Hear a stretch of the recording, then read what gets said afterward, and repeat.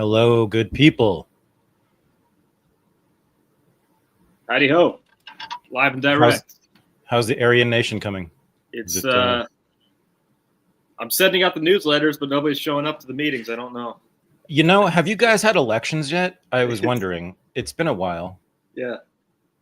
You mentioned before the show American History X, but an underrated Nazi gang movie is Shot Caller. Anybody's seen that? God, I love Nazi gang movies. Yeah. It's a prison movie, and it's basically a giant don't drink and drive PSA. So there's a normal guy, lawyer, great wife, beautiful family and everything. He gets into a DUI and accidentally kills the passengers. So he has like this huge sentence thrown at him.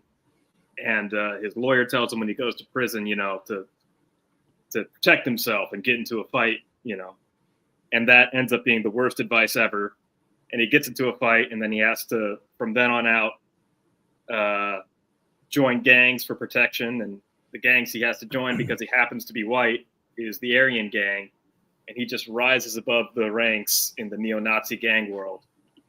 And it's a great portrayal of it because the racial ideology of the gang is exposed to be completely ancillary. It's just a scarecrow. It's just not really central to who they are at all. It's just window dressing to look scary and tough. It's all about the violent reality of prison life. Mm-hmm. And the swastikas are just there to scare people off and look tough. You mean they don't have Mein Kampf reading groups? No, there's not a lot of reading, and there's not okay. Yeah. Hard belief in the ideology. It's not a lot of study. Yeah. Not a lot of studying of the classics. Yeah. Wow. Yeah. Okay. Yeah, well, that's not surprising one bit. Yeah. So David Scarbeck, who was on Unregistered a couple of years ago, wrote the book on this. It's a pretty amazing book about kind of, I guess you would call it the economy of prison gangs, but it's really the political economy of prison gangs. Mm-hmm. And he shows that they have, I'm fogging up here. They have, it's certainly obviously not sovereign power, but they have almost autonomous power over basically prisoner social life. Mm-hmm. In most gangs, most prisons, especially in California. I think he studied California. And in fact, my buddy who's in prison right now, in federal prison in Florida, said the same thing, that there's an entire underground black market economy going on all the time. That is in the maximum security prisons, I think, is run, overseen, regulated by these gangs. So it's a fascinating study. David Scarbeck, I can't remember the title of the book, but you can find the episode with Unregistered, but look him up. Yeah, it's a place to avoid. Mm-hmm. For a lot of reasons, and that's one of them, because the Nazis aren't even real. They're like fake Nazis, man. Yeah, like everything's phony these days. That's what really bugs me about being in like San Quentin. It's like they're like they're wannabes. You haven't read their theory. They haven't read their posers. It's like, come on, can I get some real gangsters to hang out with in prison? Yeah, no. So that's my problem with it. No, it's a nightmare. We stopped talking about this. Remember about 5 years ago, that's all we talked about was 2.3 million prisoners in the United States, the most prisoners of any country in the world, the highest prison rate of any country in the world, of any country in history. And it's still the case. We still have 2.3-ish million, and that's still the highest rate and the highest number of prisoners ever held in one country in human history. It's kind of something. And we just totally stopped talking about it. Just like we stopped talking about police violence. Isn't that weird? I guess the police have stopped hunting black people on the streets. Weird. We stopped talking about rapes on college campuses. Remember when every college campus girl was being raped? We haven't heard a peep about that. Me Too. Where's the Me Too? Where are all the rapists being taken down? Did all that get fixed by the Me Too movement and the BLM movement?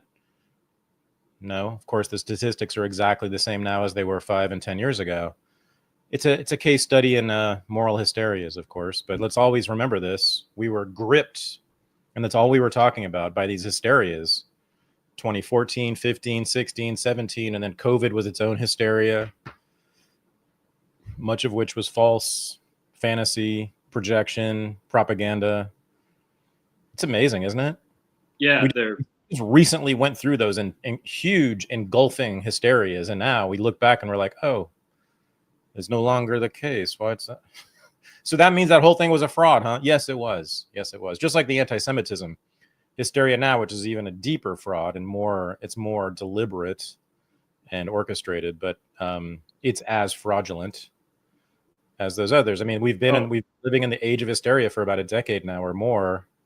And the thing is, these hysterias have had basically no basis in anybody's reality. The hysterias you were talking about at first, they're all pet causes of the left. It's the left has their mythical minority figure du jour of the time, whether it's a Trayvon Martin or it's you know, a college girl on campus, or it's an illegal immigrant in kids in cages or whatever. They have their, you know, du jour victim, and then they just move on to the next one in 2 weeks. It's something to whine about and get power about at the time. And yeah. I mean, there might be like an actual case at the time for these people, but all these causes get abandoned. That happened with environmentalism too.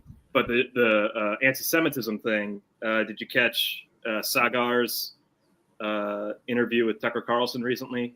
Yeah, he was talking about how the right basically took the woke hysterical model and took anti-Semitism on college campus, and the same anti-woke warriors, your Ben Shapiro's, you know, your right wing that was totally railing against the hysteria, just adopted the exact same framework to institute laws and create moral panics about anti-Semitism.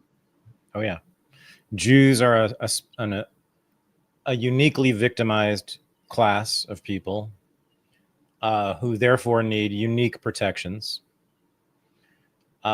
which include abrogations of the Constitution, the Bill of Rights, the First Amendment, because they are uniquely victimized. So just the way that Black people, according to the left, needed unique special dispensation that violated the principle of the Constitution many times, and have been given those special privileges in many, many ways over the last 60 or so years. Yeah, it's just the same. It's just that this time it's for a very particular group who have massive backing of major money and an entire nation state and the biggest, most influential lobby groups in Washington. They're behind them. So yeah. But we got to talk, man, about go ahead. You mentioned Me Too, and there's an angle with Me Too here that's connected to Epstein. Have you noticed that there's a contingency of people on the right who are not getting their panties in a bunch over the Epstein case not getting resolved, nothing coming out about it? And that is the libidinal right, I would call them. Do they still exist? Are they still around? Well, your Jack Masons. I used to be their leader. I used to be the leader, I think. Wasn't I their leader? Your delicious tacos, your Woodside Woes, your Renals, your horny posters, your right wing horny posters. So let's back up before we dive into the minutia of the alt-right. But no, I mean, this has been about 6 to 8 weeks of multiple developments and events that have led to this. But I think we have just now seen, I really mean this, the culmination of the dissolution of the Make America Great Again movement. I think the entire Donald Trump movement is done. I mean, I don't see how it could possibly survive because they now have nothing left to fight for or believe in, because he has now absolutely violated every core principle, value, and demand of his voters. It's just stunning to me. Yeah. I think there are still adults who understand that he's a net positive, all things considered. Really? Yeah. Why is that? I mean, from a MAGA perspective, like why? From a MAGA perspective. Yeah. Again, from his own. like, I mean, obviously, like, democracy is a two-person game, and it's about acquiring power, and you have to acquire power, and he did. And yeah, I mean, there's a lot of things, but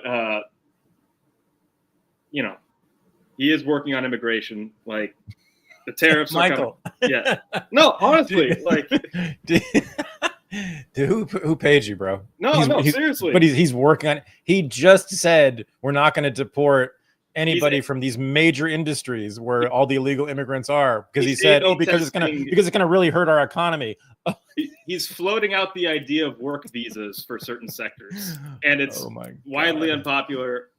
Yeah, but there's self-deportations happening. There's self-remigrations happening. He is honestly, my number one thing is that he's on the phone with Putin. Is that he's like literally on the phone talking to Putin once every couple months. Sure. I know that he just said that he's going to send weapons to Ukraine and everything, but compared to the last administration that was basically inching towards nuclear war completely incompetently with no plan at all of action. Wow, you're still carrying water for him. You're still wow. No, I'm just living in the world as it exists. What does he have to do? There's the Pakistan-India piece. There's the Rwanda-Congo piece. There's There's the fact that he's like that the adults are actually in the room and they're like talking. That's what you see. You see adults. Yes, yeah. Compared to the last, looking. Like honestly, everybody on the right believes that the Democrats are beyond the pale and everything. But what I was saying about the MAGA movement is that even if MAGA Donald Trump administration completely itself falls apart. And fails completely, even if that happens, and there's some things that you could put on there.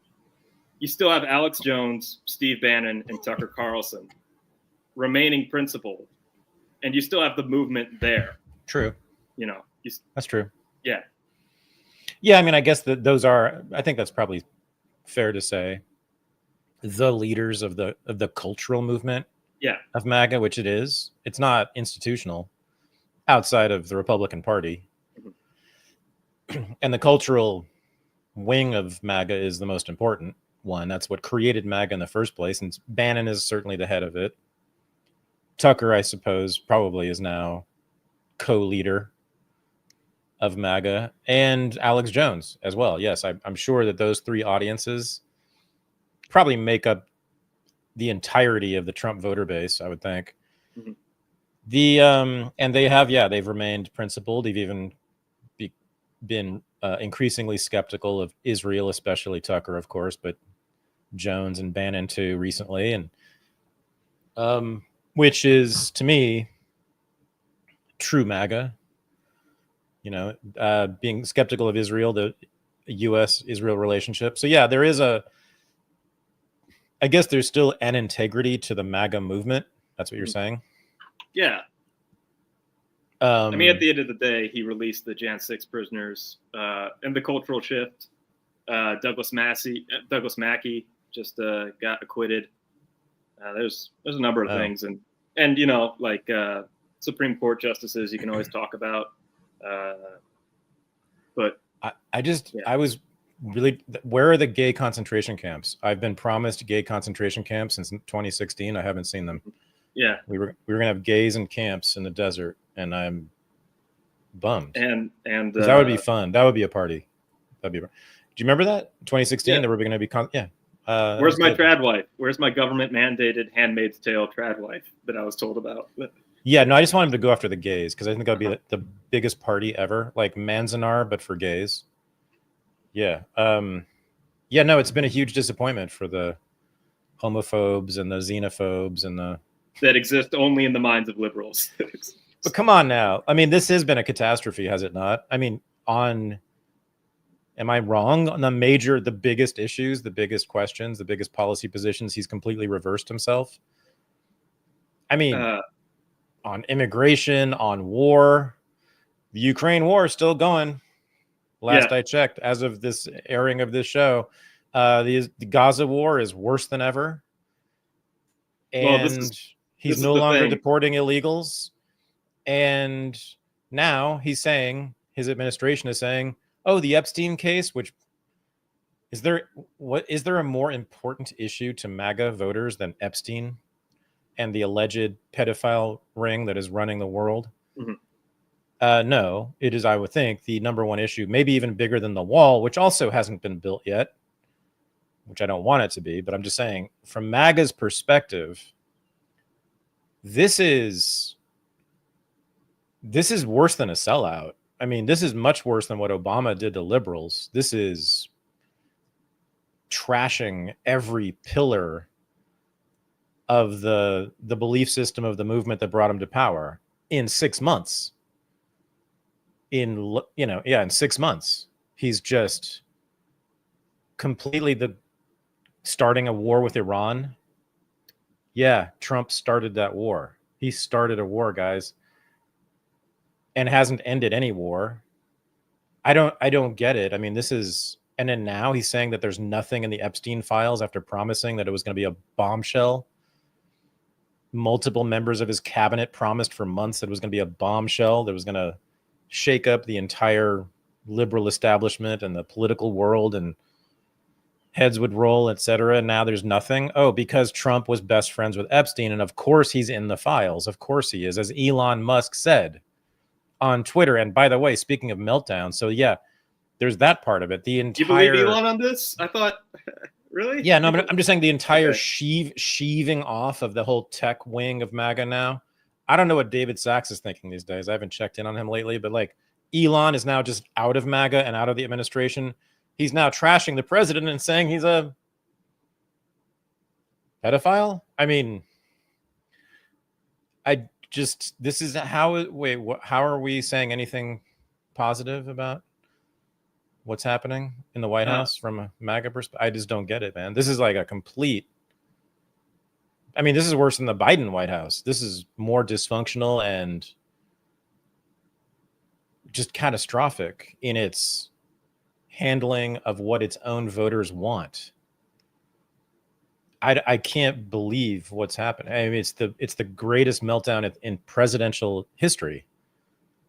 Really, there's never been anything this. Even Biden, even the George W. Bush administration, which were catastrophic, but this one has been off the wheels since the second month, and it just keeps getting worse and worse and worse. Again, from a MAGA point of view, they're not deporting farm workers and restaurant workers anymore. What?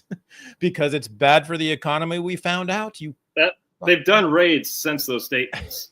They've done raids. They're A/B testing, and they're working. They're doing negotiations. Donald Trump always speaks out of both sides of his mouth. And yeah.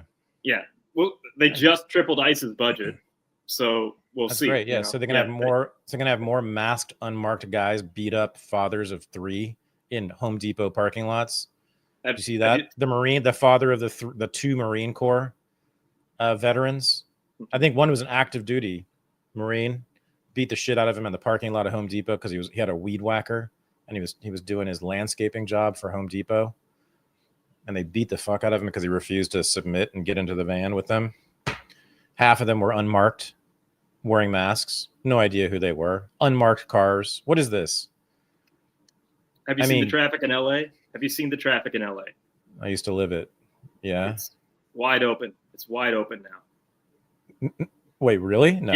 Yeah. All last week, people have been posting the Google Maps of all the lanes being free. And if you make every undocumented immigrant stay at home, you will reduce traffic in LA. That's true. But guess what? That means that the economy is now stopped in LA. Stopped.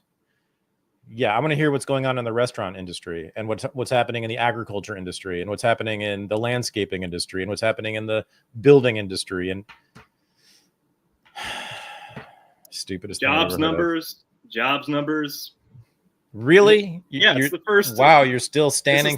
Jesus. This is the first time that native-born workers have gone up and foreign-born workers have gone down. If you care about, that's what?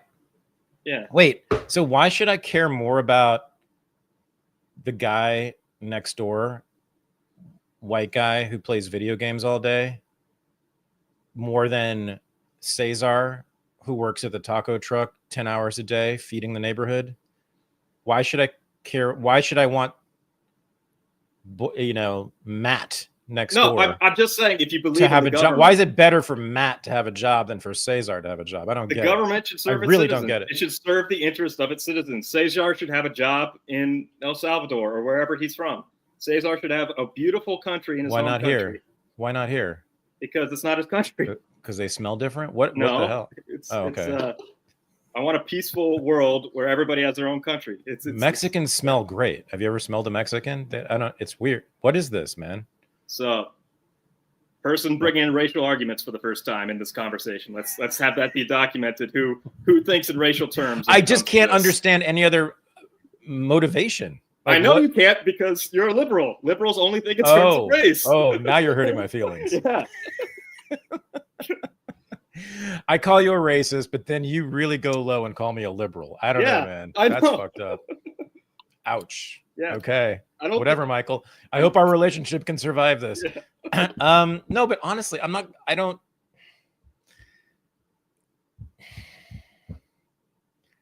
What? You gotta see the forest through the trees here. Like, I don't get it. What's the forest? The forest is, like, all things considered, a country with no tacos.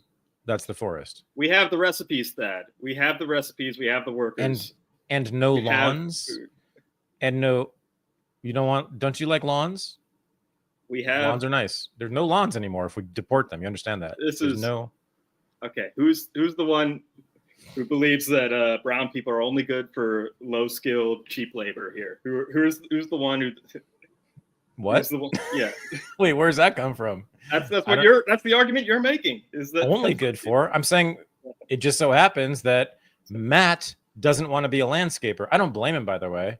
That's a completely made up argument. They're being undercut, dude. They're being. Oh, really? That's why they don't take jobs as landscapers. Yeah. The Call of Duty brigades out there. Yeah. And there's millions of them. No, it's not because they're being undercut. Come on, they don't want a job. The economy has been completely transformed to import all the manual labor and not function internally. The country makes no sense. Like, the country is slowly being brought back to a place where it makes sense. And I think people still believe in that vision. And you got to understand. Yeah. Make sense from like a blood and soil perspective, you mean? Like, from like any nation. That's what a nation is. Like, a nation is a people and a land. But America, but wait, we're getting into basics here. Yeah. Wait, really? But America. So again, if you were talking about, let's say, Switzerland, okay, maybe, right? Certainly until about 10 years ago when they started admitting immigrants.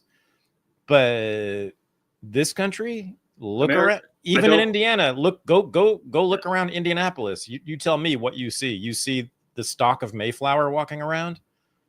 America was, 90% white within our lifetimes? Like, within, not your lifetime. It was about 90% white within your life. No. 80? No. Honestly. Over 70. In the 1950s. In the 1950s, it was at 90. Well, they didn't count Mexicans who were here then. It was yes, a big majority for sure. Over 70. Yes. Yeah. For sure. Yes. And it was like explicitly founded. The nation was founded in its documents to be like, I mean, yes. Well, yes. Thomas Jefferson made that clear in 1785 with notes on the state of Virginia, right after he wrote the Declaration of Independence, in which he lays out all the reasons why Negroes are biologically inferior to whites and therefore shouldn't be given citizenship. So you're right. So he's sort of saying in that document, 1785, notes on the state of Virginia, this is non-controversial, we know this. He's saying in that document, in notes on the state of Virginia, that, what I meant by all men being created equal, what I meant by men in that document was not the Negro men. Yeah. No, so you're right. It was, well, I mean, yes, it was just not, it was subliminal. the intention behind the founding, right? They didn't declare it in the founding documents. It's not in the Constitution, but there's no doubt that Jefferson, Washington, and even the Bostonian guys like Adams, even they were fine with relegating the Negro to an inferior status, for sure. Yeah. But oh yeah.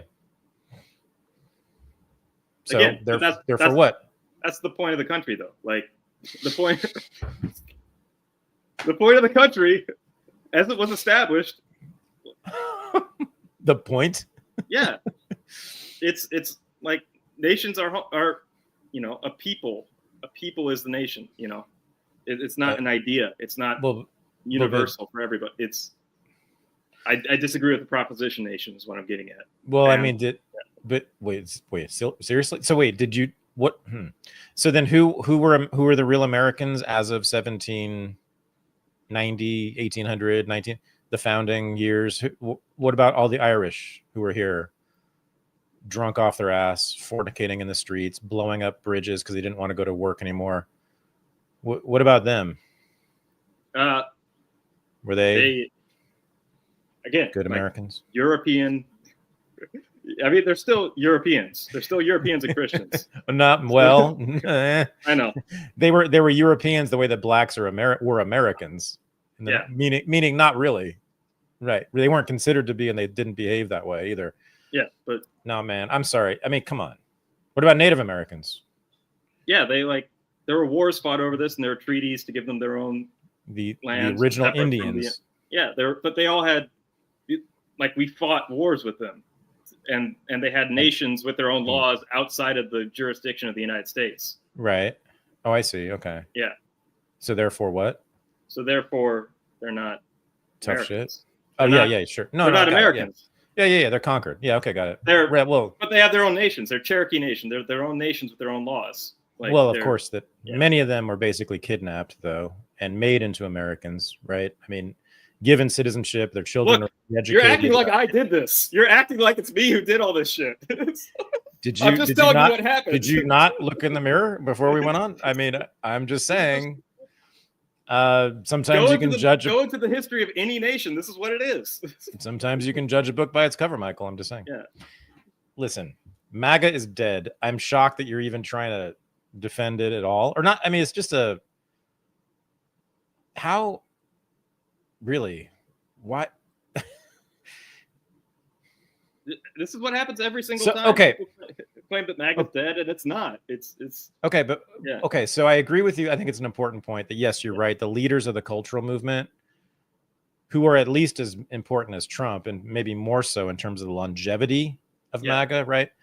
Bannon, Tucker, etc. Yes, have remained principled. Posobiec to some large extent.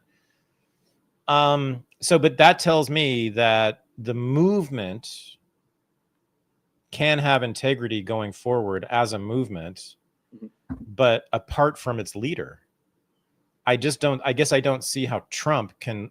MAGA needs to be an open revolt against him, right? I mean, how could you not be?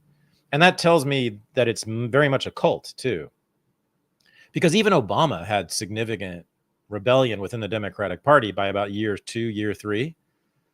And from then on, there was growing voices against Obama among Democrats, but this is a much greater violation of his basis principles than what Obama did.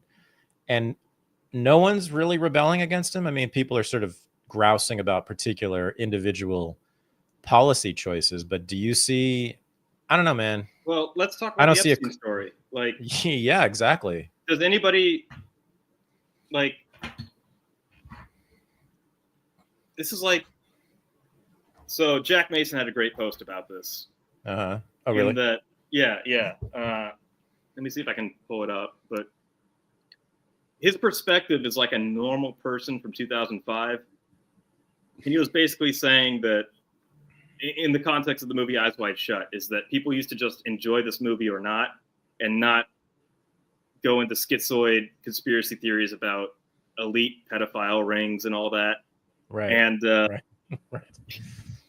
And that it used to be understood that if you were into conspiracy theories like that, and that if that's your lens at looking at the world, you're like a maladjusted hoarder. That you're, and then these things became part of mainstream culture a little bit with the rise of Trump and with Alex Jones becoming a mainstream figure. But in what world do we expect a story like this to be brought out and like for Prince Andrew and Bill Clinton to go to prison for pedophilia? Like, in what world is that like an actual thing that's going to happen? Like, the powers that be, that's never going to happen in the real world. Like, former presidents and monarchs of allies are not going to be brought to account. Like, we're not going to. Sure. Like, the implications of this are way too broad for like. Sure, of course, yes, but then why did Trump and every single person in his movement promise over and over and over again that they would not only reveal the contents of the Epstein files, that it would shake up the establishment forever when they did it? Why then? And then to have the whole parade, that whole bizarre photo op thing at the White House a few months ago when they had my good friend Chaya Rachik, who I hope gets into an accident sometime, parade in front of the White House with the binders, which were empty of anything new. Yeah. I mean, why all that? I mean, that was all very. So Trump himself only entertained the idea of releasing the Epstein files once on the Lex Fridman podcast. And I think that's just because nobody takes Lex Fridman seriously, and he just wanted to get that thing over with as soon as possible. Lex Fridman. Now, the other people, I think the person most to blame is Pam Bondi, who's not a serious person, and that person should be Matt Gaetz in her position. So Pam Bondi obviously made promises she couldn't keep. And then the other two are Kash Patel and Dan Bongino. And yeah, this is embarrassing in that these are grifter media figures who everybody says Dan Bongino's a great guy. I believe you on that. But like, by all accounts of their behavior, they're extreme grifter media figures who are in over their heads in actual power. And somebody above them told them that they can't do this anymore, that this is over, and for the sake of all of us, this is going to be over. So I think all the adults in the room, Steve Bannon and Alex Jones excluded, know that this is never going to get resolved. Know that this is just how things work. Like, okay, it's amazing you haven't mentioned once one of the leading theories as to what has really happened, which is shocking given your haircut. That he's being blackmailed, that Trump is being blackmailed by Israel. Well, I mean that the heavy hand of the Jewish lobby and the Israeli state, whether that's their own blackmail that they might have on Trump or whoever, or it's just intense lobbying, and maybe it's just the money that he gets from Miriam Adelson or whatever, that all came down on Trump, and that's what stopped him, because it was always a Mossad operation. Sure, yeah. Blackmail.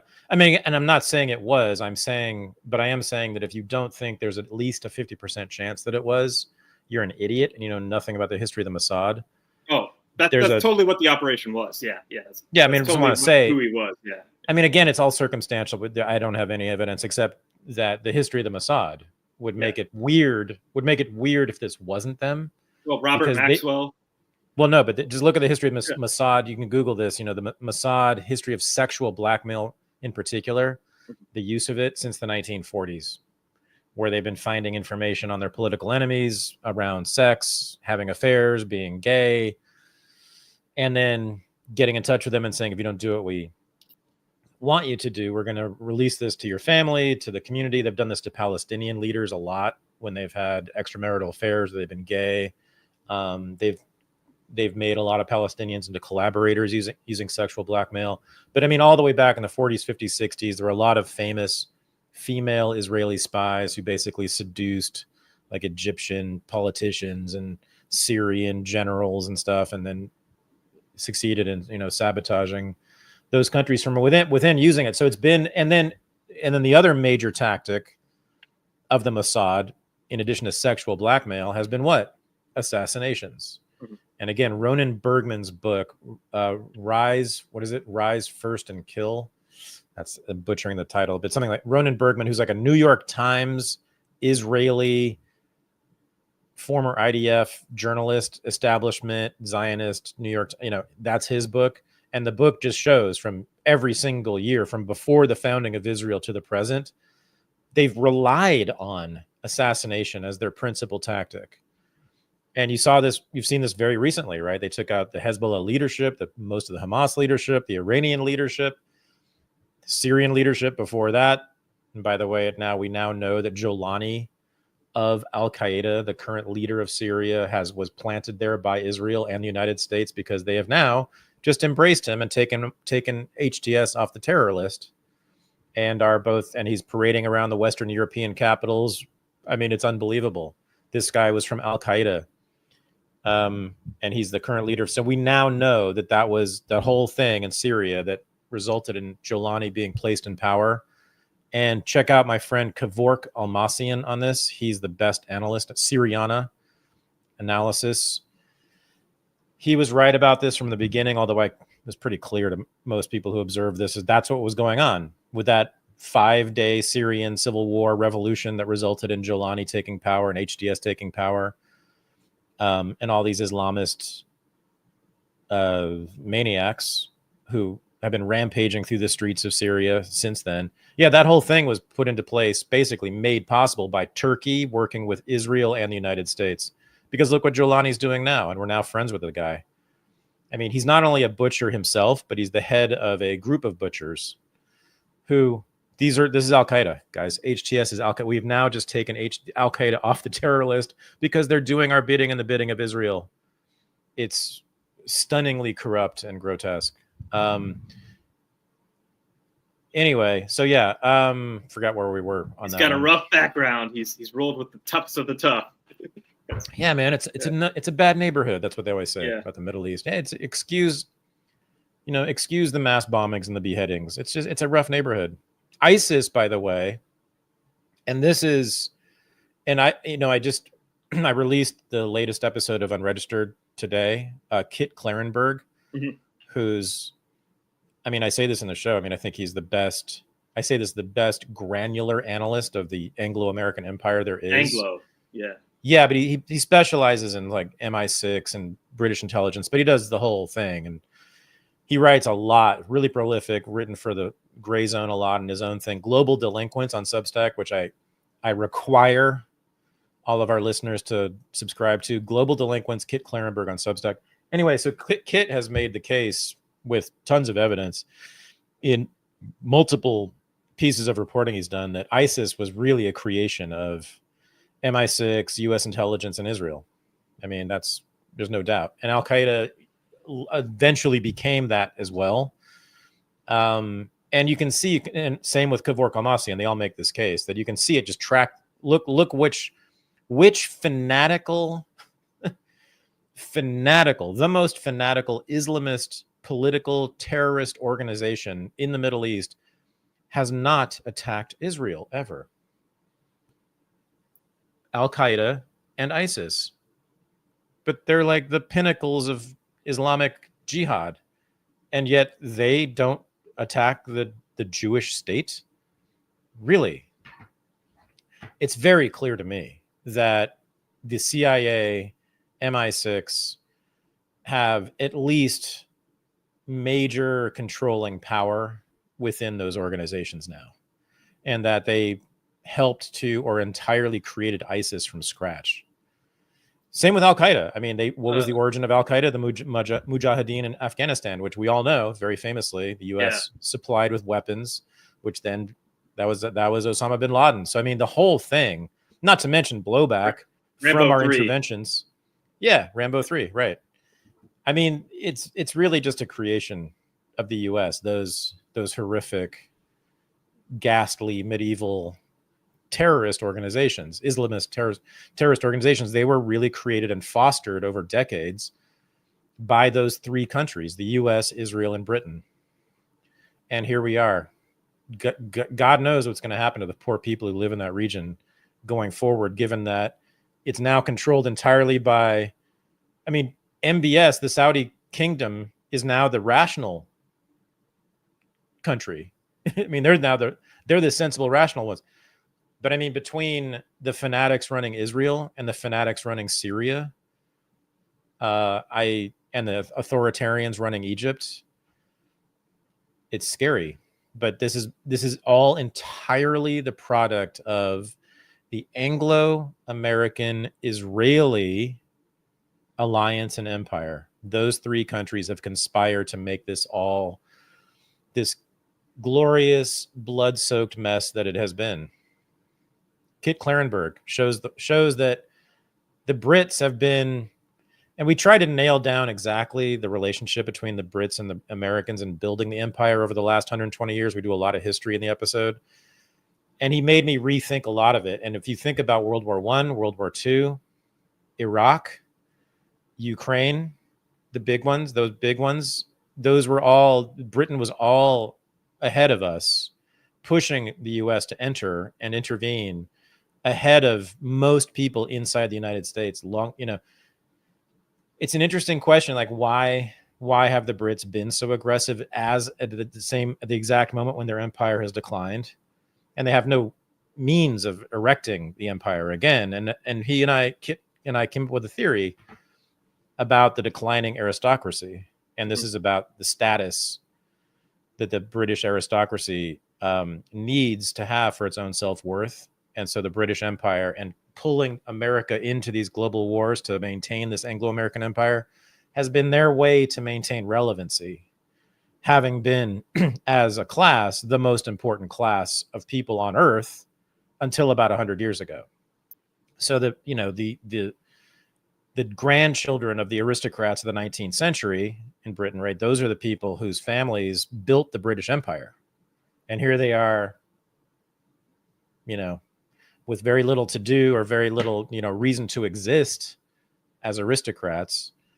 And so I think the argument we kind of came to together was that it's in large part, it's this sort of this psychodrama in the British aristocracy in their dying empire to maintain relevancy. It's amazing. But it's understudied. And even I said this in the episode, I have underestimated the importance of Britain in pushing and pulling the United States into constantly expanding its empire.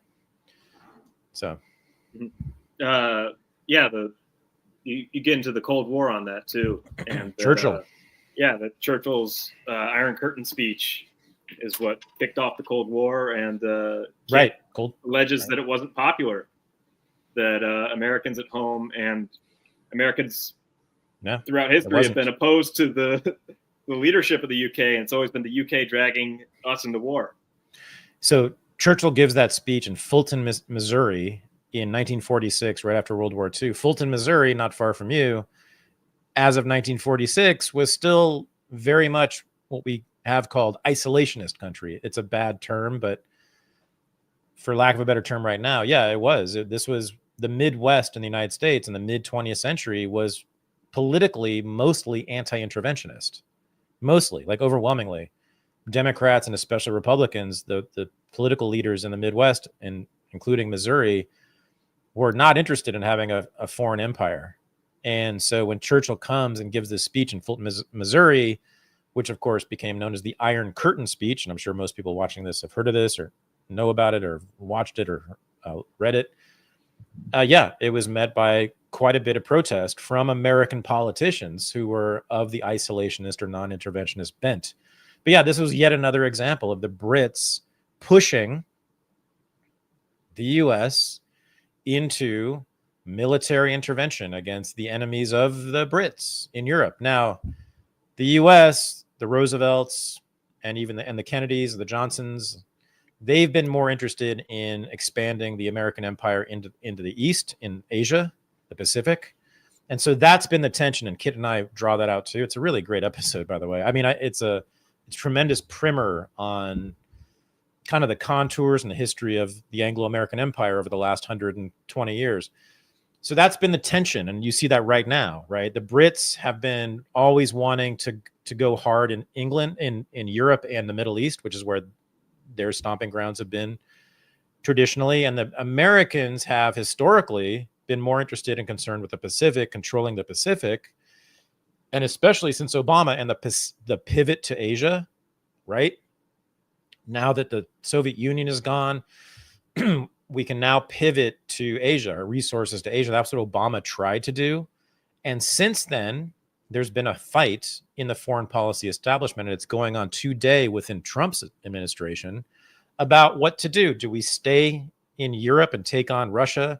Do we stay in the Middle East and help Israel defeat all of its many foes? Or do we move our resources and energy and attention to the East to take on ultimately the big challenge, which is China? And actually, the Asianists, the ones who want to pivot to Asia, have argued for war with Iran because it is believed among them that Iran's regime needs to be taken down before the US can completely encircle China. Because China and Iran have a very tight relationship. And what is it? Some huge percentage of Chinese oil is from Iran. I think it's 90%. Like if Iran stopped supplying China with oil, it would go under immediately. So yeah, that's what's going on. There's a fight within the administration right now.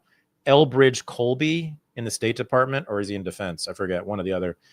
He's kind of the leading anti-China hawk who's been arguing we should not be so concerned with the Middle East and Europe, but we should move our resources to Asia. So it's a long historical fight that's been going on for a long time, and it's really been about Britain's interests, perceived interests, and America's perceived interests, East versus West. Very useful episode. Check it out on Substack. Some analysts I've been listening to have been saying that it's really the UK that wants us at war with Iran and wants us at war with Russia right now. That they're really the belligerent actor in the region that's getting us there. And well, so as I said, like the reason I think that Trump went to war with Iran was overdetermined or predetermined in a couple of ways. You know, so it's Iran is the one sort of adversary that both the Brits want to take down and the Americans want to take down. Because as I said, the Brits want to take them down because Iran is their major rival in the Middle East, which is, of course, historically British stomping grounds. And America wants to take down the Iranian regime, as I said, because that's the bridge to going after China. And so that's why, so they converged. So both parties, both camps, both factions, both converged on going after Iran. And that, I think that's why it happened. And that's been long in the making. I mean, you could say it's been in the making for 100 years, but, you know, since the 1940s, since the US and Britain have been talking about intervening in the Middle East against Iran in particular. And then they did so in 1953 by overthrowing Mossadegh, the democratically elected leader, with a CIA coup called Operation Ajax, you know, a cleanser. They were cleaning communism from the Middle East, from Persia. Yeah. So let's go. Let's talk more. Well, what should we do? Go ahead. Segueing then to Bibi's visit. Yeah. Again, much of Trump's foreign policy success hinges on whether or not the 12-day war was a 12-day war, and if we go back into Iran.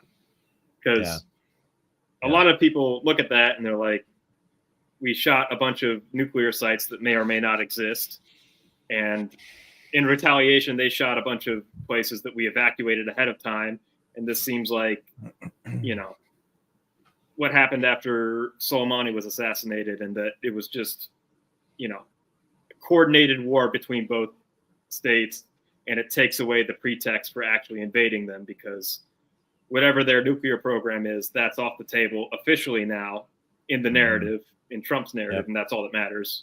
Right. And Bibi visits, and alleged behind the doors is talk of going back into Iran and doing a full regime change now. And that's a alleged point of contention now between super friends here. Yeah, exactly. Yeah. So it's been how long since the bombing of Iran? A couple of weeks now, and the decapitation of much of the Iranian military leadership, which is true, and some of the political leadership.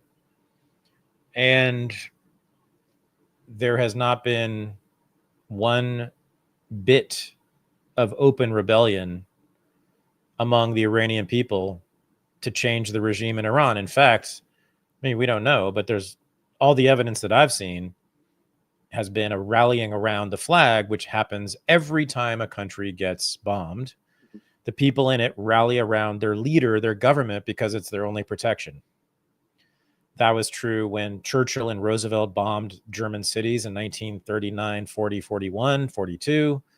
The German people, who mostly were anti-Hitler, became pro-Hitler, or more so, because they were being bombed by these foreign adversaries for no reason. It's happened in every country. Every time a country, it happened in the United States in 9/11. After 9/11, there were American flags in every block in the country.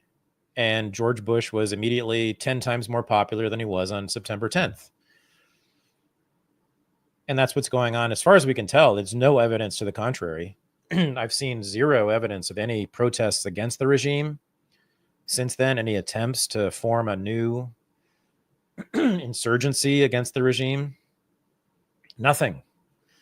Yeah, and so we also know that the bombing of that symbolic bombing of the prison in Tehran, which held political prisoners, actually killed a bunch of people and didn't free anybody. Typical Israeli tactic, just utterly, completely cynical, and sort of like casually murderous.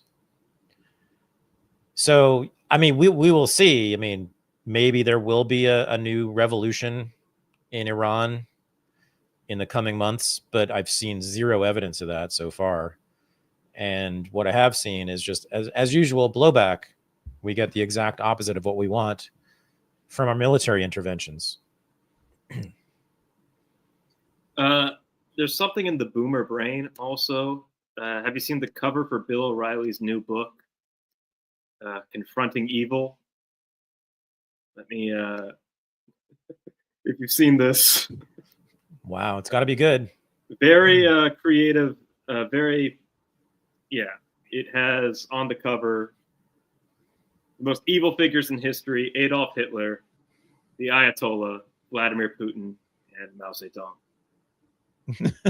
Assessing the worst of the worst. Oh my. And assessing. Yeah. Does he give scores to each one? Well, like, I mean, scores? just by the size of their heads, obviously the Ayatollah is the worst. Yeah, well, we know that.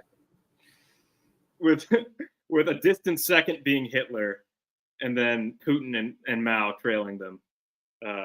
But there is just something about boomers where they like regress to both the Cold War and hating all Russians from that propaganda, but also they hate Iran because of 1979 and I guess the first Gulf War and the revolution there and all the death to America chants that they saw on the news. But hey man, listen, they missed the Cold War because that's when rock and roll was good.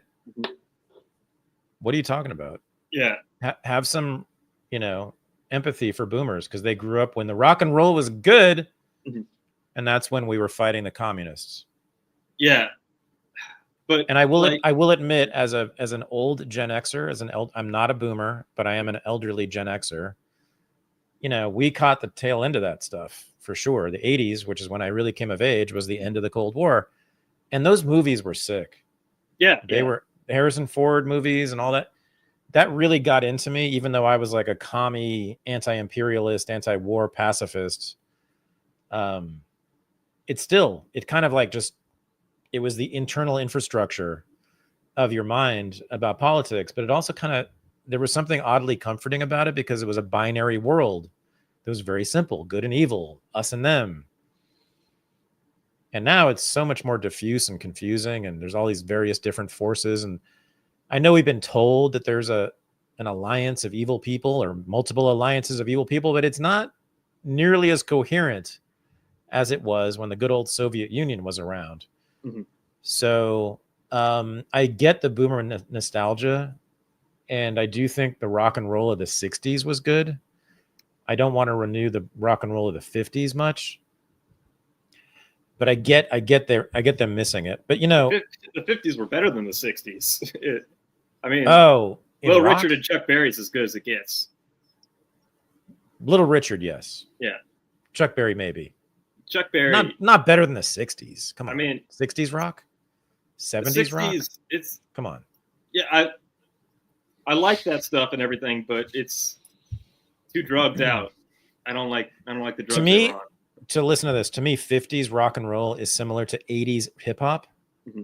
which is that you're supposed to like it, but you don't really like it because it's not actually that good. No, it's the spirit. It's the parties. It's everything. It's the actual spirit of it. I know that that's like the ultimate hipster position is to talk about how what is the vibes? Yeah, no, but to pick a safe rapper from the 80s to like, and not a transgressive rapper from right now to like. Right. But yeah, man, I just like the aggressive, clean sound though. Well, that's the sound. That's the sound that founded Maga. Maga was rap? No, 50s rock and roll. 50s rock and roll. I mean, it's the ultimate boomer expression, isn't that's what Maga is? Yeah. No. Who else wears red, white, and blue? I'm sorry, I don't. That's only boomers. Maga is Lee Greenwood and Kid Rock. Boomers. Well, okay. Elderly Gen Xers. Yeah. What are we doing now? Yeah. So other aspects of the Netanyahu visit, Trump promised defensive weapons to Ukraine. Yeah. So we're arming Ukraine again. Great. And what I was saying is, I think this is a pivot where the elites, the actual elites, not the Democratic Party, but the global elites have figured out. Wait, who's that? Way NATO, NATO, okay. And Netanyahu. Can we just be a little less anti-Semitic, just a little bit, like? Just say the Jews, man. I put him second. But the Jews control NATO too, right? You said it, not me. No, they totally don't. NATO is a WASP organization. Let's be clear. Yeah, it's a very much a North Atlantic treaty. It's not Jewish territory. And honestly, the Scandinavians have kind of been, second to the Americans, have kind of dominated NATO for a long time. So no, it's not a Jewish thing. But yes, I think the rest of the world is controlled by. Well, no, the United States. No, I mean, you got the people that America hates. You got Russia, you got China. They're independent, But anyways, the elites, NATO and Netanyahu, for example, have realized, like the tech right did last year, that the way to Trump is through flattery. And you've noticed every time Trump goes to a NATO meeting or a G7 summit or something, all these liberal leaders who are talking tough about him do nothing but kowtow to him. I forget who it was that called him daddy at the last meeting after he swore. But it seems that there's an obvious, clear effort here to genuflect to the leader of the free world here, and that's it's proving in his policies that he's still treating Putin like an adversary, and that he's following along with the NATO plan, and he's trying to explicitly strengthen NATO. So we haven't even mentioned the latest massive betrayal. This might even be the biggest one of all. I can't believe I haven't mentioned this yet. by Trump of his own voters, which is the CIA. His CIA just released a report which pretty much agrees with MSNBC about Russian influence in American elections. So even Trump's CIA and What's DOJ. This? Well, last I heard, he's trying to prosecute Comey and Brennan for Russiagate. That there's an investigation into them starting right now. No, this report was very soft. More than soft. CIA. Okay. This week. But anyway, okay, let's say that didn't happen. What exactly has happened besides what is he's trying to prosecute Comey and they're opening a criminal investigation into it. Yeah, but listen, it's 6 months in and Russiagate should have been number one. Yeah. I would have been for that. And yet there's been nothing done. Where's Jim Jordan doing those awesome hearings? Mm-hmm. Nothing. He's nothing. COVID, the origins of COVID, the Wuhan lab leaks. I thought we were going to have hearings about that. Nothing. It's just one stupid catastrophe after another. But good news is we will have no more line cooks in our restaurants. So we can look forward to that. Make your own food, guys. I think... Have you looked at the economy at all? Like, this hasn't played out on this, and because he stopped deporting them. No, that's not true. He did. Okay, not necessarily. He just the people who make the food. Yet the people who make the food. The people who make the food. He left them alone because he realized that Americans would all starve. That's not true. We would. We would literally starve. There's an argument for some farmers close to the border. There would be famine. I'm not kidding. If you actually deported every single illegal immigrant in America immediately, there would be famine in America. That's not a joke. That's not an exaggeration. Think about it, guys. Think about where your food comes from and whose hands touched it. An illegal immigrant touched your food. I'm sorry to break it to you. I know that's gross for some of you, but you've been eating illegal immigrants' food like every day for years and years and years. We will die. We will have a famine if we deport all of them. And Trump woke up one morning and got a phone call from his buddies on agri-farms and in, the food retailers and grocery chains. He's like, hey, man, we're all going to die and our economy will tank if you continue to deport Caesar. And Trump was like, oh, God, I didn't think about that. You're right. Our economy relies upon illegal immigration, so I guess I can't deport them anymore. I'm going to have to tell my people. Dude, that was just... And that got kind of lost with the Iran war, by the way. He did that right before the Iran war. I wonder if that's a coincidence. Because we stopped talking about it. That was just the biggest betrayal and the most embarrassing thing I've ever seen a president do. People, again, he always A/B tests, and that was a statement at 2 speeches. Oh, come on. And there's been raids since then, and there's a fight with the establishment about amnesty right now. But on the aggregate, you got to look at the political reality. Border crossings are down 95%.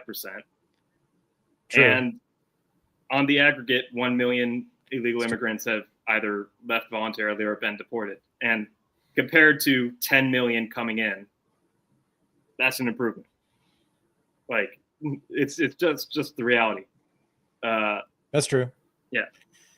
Right. Again, no more line cooks, no more gardeners, no more housekeepers. Yeah, he's closed the border. Right.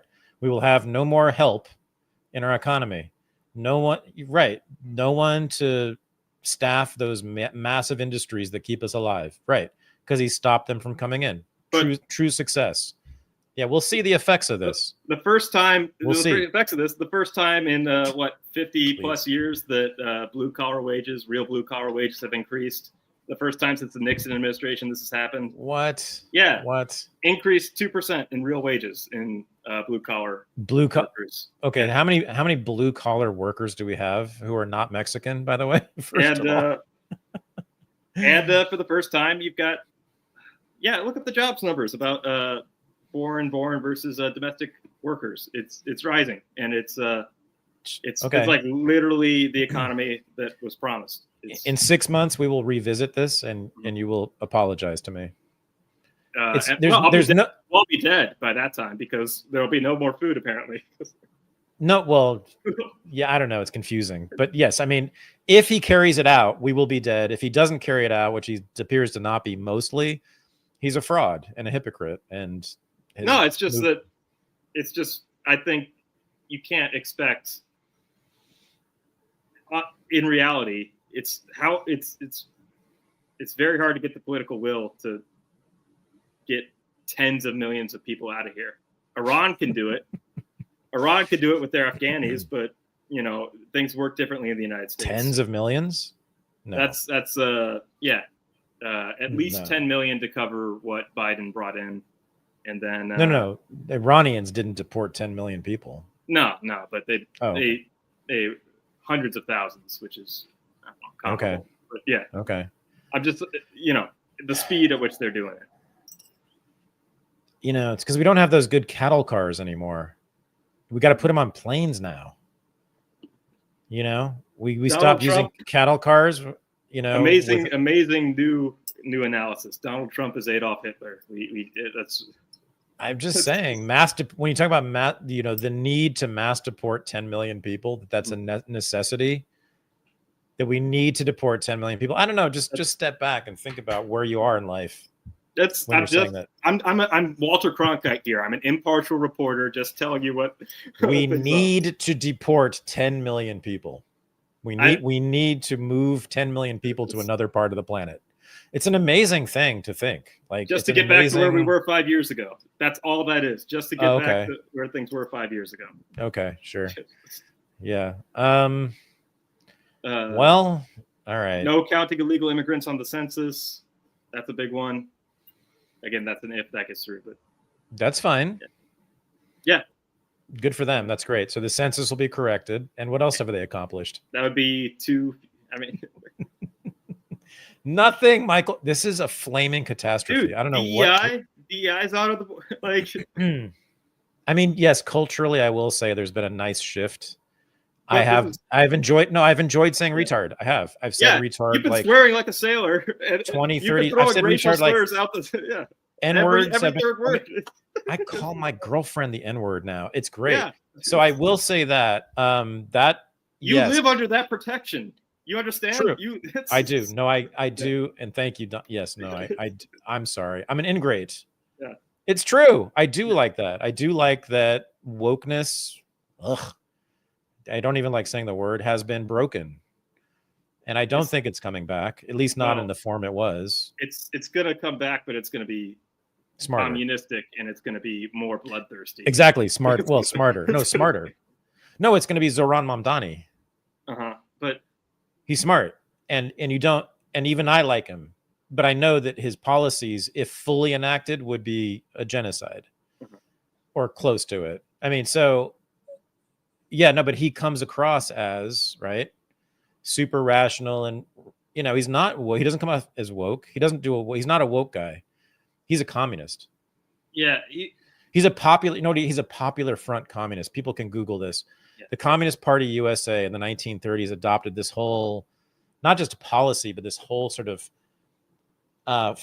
forward public presentation that they called the Popular Front, which was to align themselves with the Democratic Party to defeat fascism and to extend communistic ideas into the American culture, which took the form of social democracy, kind of left liberal Democratic Party politics, which did become ultimately Bernie Sanders.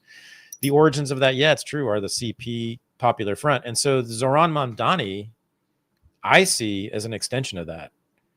He's very much that. He's not, so wokeness was its own animal, which I think comes out of Chinese communism, Maoism, shaming the peasant class being superior to the elite, the bourgeois class, all that stuff, the violence of it. I think that's dead. I think the Maoist moment in America is dead. And the good old Marxists, the capital C communists on the left are going to reassert their power. And because they were hiding in the Bernie Sanders movement. And when Bernie betrayed them, they've been kind of like waiting around for their guy. Mamdani's their dude, at least in New York City. But that's what that represents. And, it's good. Sorry, it's good that he's pro-Palestine, but the rest of the stuff is just good old. I know this. I've seen it. I've been around it my whole life. It's just good old fashioned kind of popular front communism, which is not like calling for nationalization of industries. It's trying to present itself as being all American and reformist, not revolutionary. Reformist, that's what he is. Yeah. Not revolutionary. Yeah. He's talking about the rent. He's talking about things that people care about. Yeah, exactly. Yeah. And the truth is that things will have to improve for Americans, or politics will get more radical on both sides, because radicals will be the only ones offering solutions. The Zoran thing. Oof. It's where we're at. Can I wait? I want to say something about that. So the biggest question among left-wing academics for 150 years now has been, why has there been no socialism in America? That's actually the title of a very famous book by Seymour Martin Lipset. But that's been kind of the debate among academics on the left forever and ever, and I've been a part of it, et cetera. And I have a new theory, which I think is highly relevant now. So the reason we have had any socialism pretty much in America is because of immigration. We have had a socialist party. We've had a communist party. I just mentioned it, but they've been smaller than the European counterparts. The socialist and communist parties in Europe were always bigger and more powerful and more influential than America, but we did have them here, and they were something. They were somewhat influential in the middle of the 20th century. And the leadership, certainly at the second level, was largely immigrants and children of immigrants. Not entirely, but the Socialist Party and the Communist Party would not have been what they were without immigrants, and especially Jews, but immigrants of all kinds. But guess what? The reason we don't have socialism, meaning the reason we don't have major communist parties and major socialist parties that have determined the course of American history, is also because of immigration. And this is why I don't think America will ever turn radical in that way, so long as we allow immigrants to come into this country. So long as we allow open borders as much as possible, yes, we will have a population like we've always had, which is a population of what? Commies who want a revolution, or strivers and hustlers who want to make a buck. And strivers and hustlers who want to make a buck, and especially because they come from some fucked up country across the world where they come from poverty and the pressure's on, they don't have time for communism and socialism and reading books and theorizing about the Intifada. And the immigrants I've known, and I've known so many of them growing up in the major cities in America, right? You can't help it. You just know illegal immigrants if you grew up in those places. They were all just busy working all the damn time. And they were like, we were pissed off as bougie white leftists. We were annoyed, I should say, that they weren't sufficiently revolutionary in their attitudes. They were too busy getting their jobs and finding another job and making money so that their kid could go to college. We wanted them to rise up and be, carry the red flag and overthrow the government and institute some kind of, proletarian revolution. They weren't interested because they were immigrants, This might be the stupidest thing of all in the Trump and Maga movement. They don't understand that immigration is the source of conservatism. The more immigration you have, the more conservative and anti-revolutionary and more patriotic, by the way, your population will be, you fucking idiots. Who were all the communists? They're people like me. They're people who are 5th, 6th, 7th generation Americans. That's second, who all the second, whatever. But they're college bred, white, usually multi-generation. Yes, the native born Americans, the people who've been here for generations. Yeah, those are where all the commies and socialists and wokesters are from. It's not Cesar. It's not Julio. It's none of them. It's almost none of those immigrants. They came here simply to work and make money and leave. That's it. It's just so dumb and self-defeating. Okay. Okay. Yeah. This better be good. Well, I mean, there's two. The thing about Zoran is, obviously he should be denaturalized and deported. But what was the name of the movie? What was the Ben Stiller movie? Zoolander. Zoolander. Sorry. Okay. Zoolander. Go ahead. Yeah. Sorry, but like it's a result of low voter enthusiasm for that election.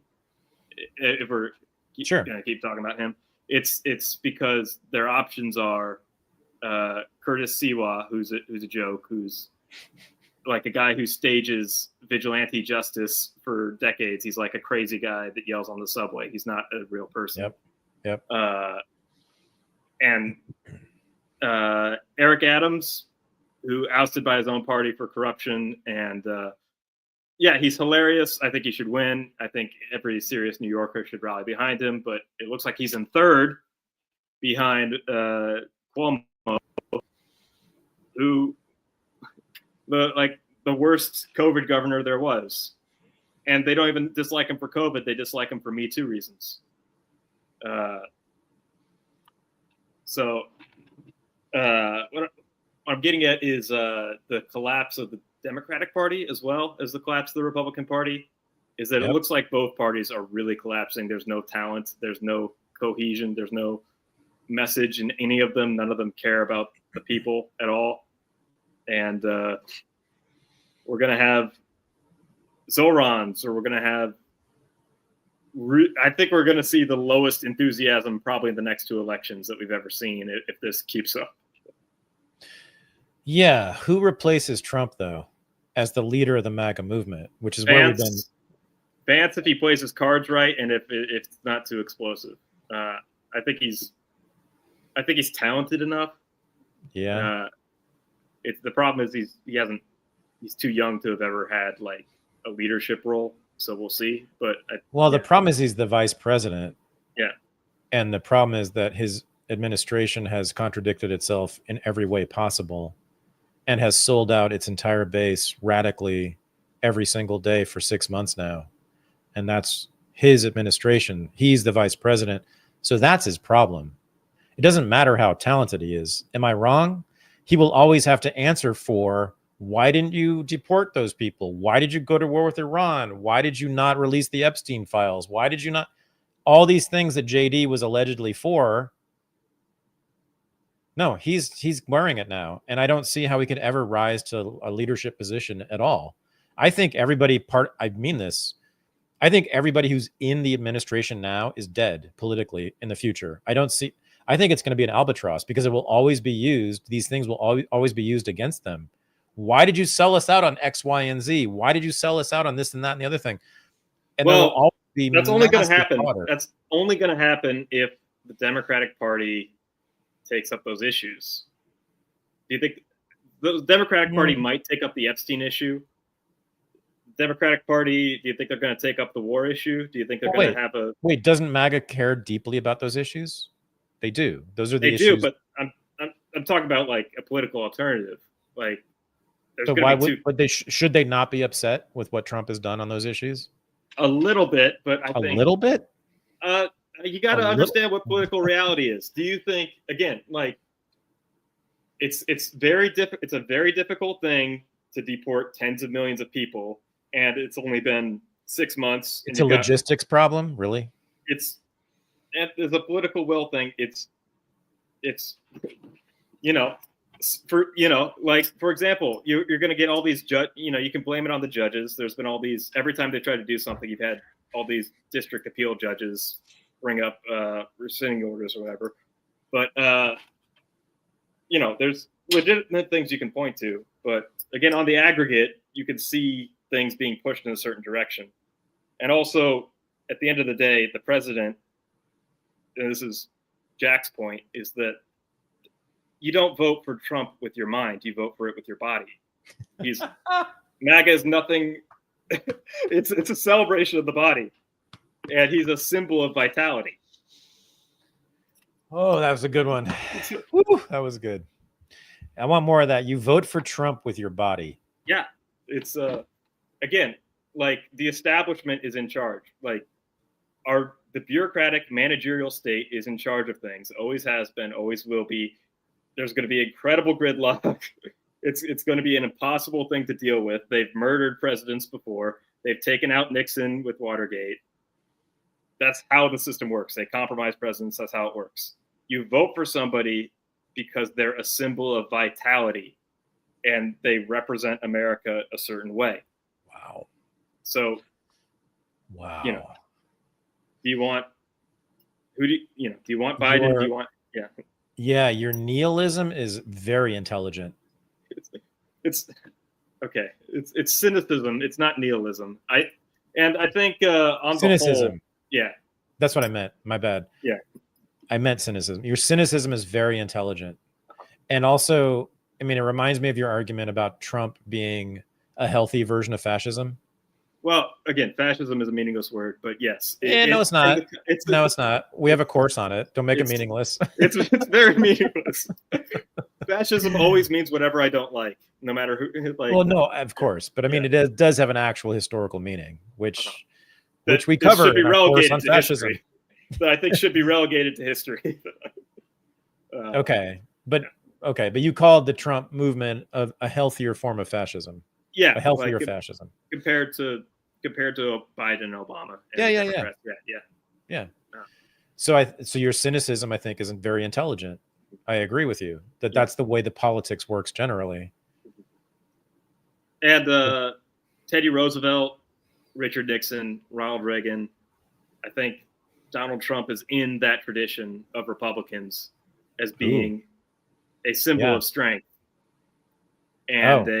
and also somebody who is strong for the establishment, but at the end of the day, the establishment is the country, and either the country is strong or there's collapse. And I think he's actually the last hope for the country to have a political solution to its problems and to keep chugging along. There you go. Yeah. It's the system, man. Yeah. It's not about individual. It's not about individual people. We are not great men of history theorists, although actually I kind of am. Let's look at the chat. No, I think, I am too. So we should go. We got to go. The great news is that if you want to join the after show, all you got to do is become a Substack subscriber. Because the URL is right there. If you just become a subscriber, it's under the paywall on the front page of Thaddeus Russell at Substack. And Michael's going to show that URL maybe soon. Sorry, I sprung that on you. Sorry, my bad. ThaddeusRussell.substack.com for the after show. Yeah. Yep, right there.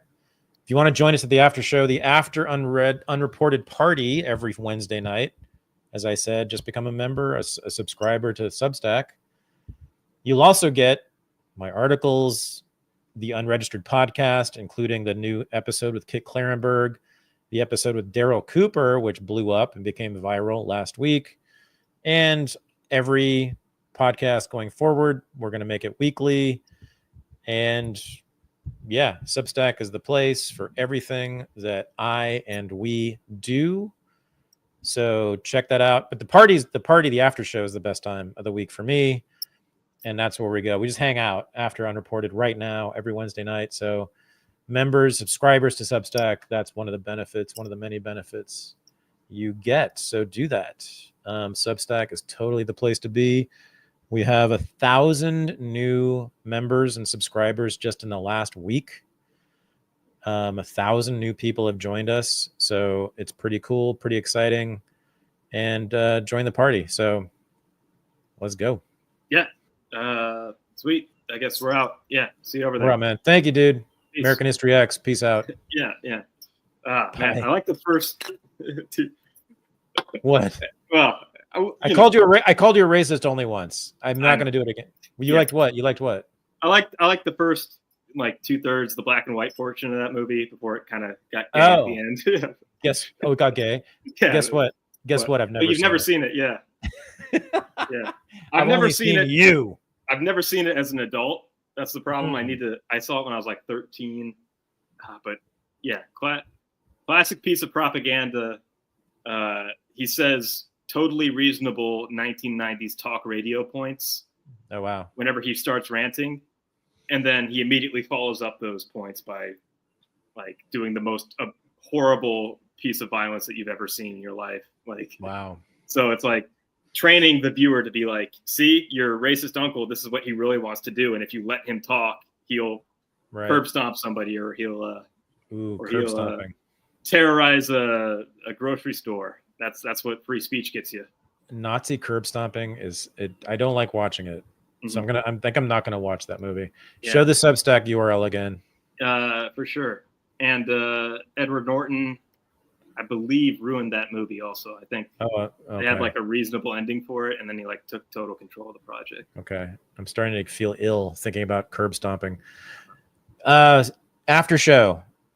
Yep.